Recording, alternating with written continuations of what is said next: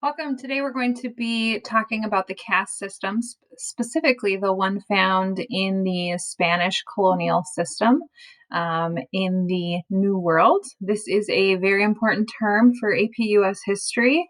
So let's dive in. Your definition here. A caste system is a set of rigid social categories that determine not only a person's occupation and economic potential, but also their position in society.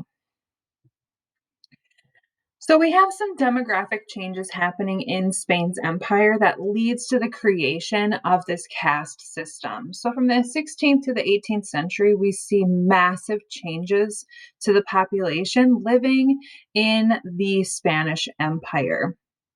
We see a drastic decrease in the number of American Indians and a massive increase in the number of whites or Europeans.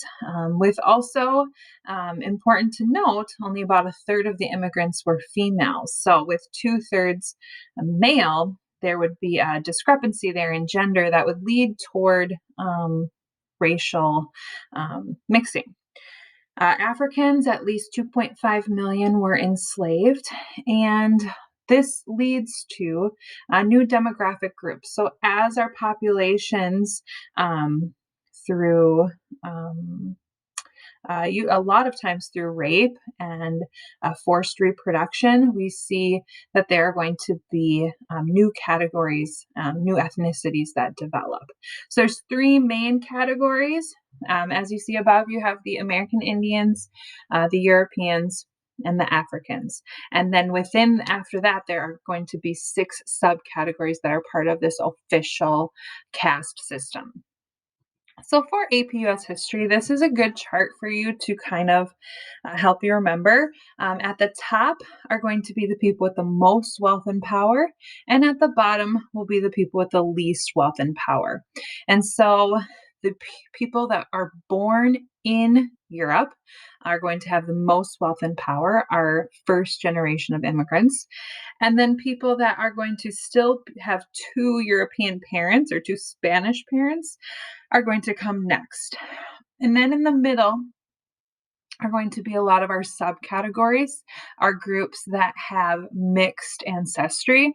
And then at the bottom will be our indigenous population, our native nations, and then our Africans that are transported from in the transatlantic slave trade. So some examples here of some of those subcategories. A mestizo would have 1 Spanish and 1 Indian parent, and that would determine that they would have a slightly elevated status than someone who was purely indigenous. That could be a subcategory could go even further if there was a mestizo parent and a Spanish parent, and so on. And then, in regards to some of the categories with our Africans, this is where we see the determination of slavery having an impact. So, if the mother was a slave, then the child would also be a slave. And then there's also the categories where someone had a Black parent and an Indian parent. That would be a Zambo. And these would have been lower in the caste system. So, what is the significance of this term? Over the centuries, this is going to increase the ideas of superiority and inferiority based on race and ethnicity. It also led to justifications for wealth and power, saying that because certain races were superior, therefore they were more entitled to wealth and power. It did determine the types of jobs that were available or the status of slavery. It directly affected how much taxation a person would be forced to pay, and also what legal rights they were entitled to.